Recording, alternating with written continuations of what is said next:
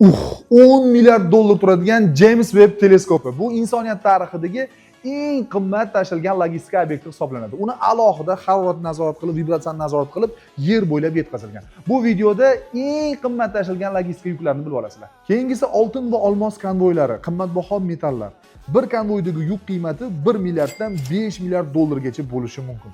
Uchinchi qimmatbaho yuk COVID-19 vaksinalari. To'g'ri eshitdinglar. Butun dunyo bo'ylab milliardlab vaksinalar tashilgan. Sovutish zanjiri va soniyalab hisoblangan logistika bo'lgan, ozgina kechikish yoki sharoitsiz transport milliardlab dozalarni yo'qolishiga olib kelardi.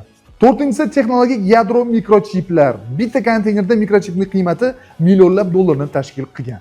Beshinchi va oxirgi qimmatbaho yuk san'at asarlari va eksponatlar. Leonardo da Vinci Picassolarning asl asar nusxalari alohida harorat ostida qorovul bilan sug'urtalari bilan birga tashilgan.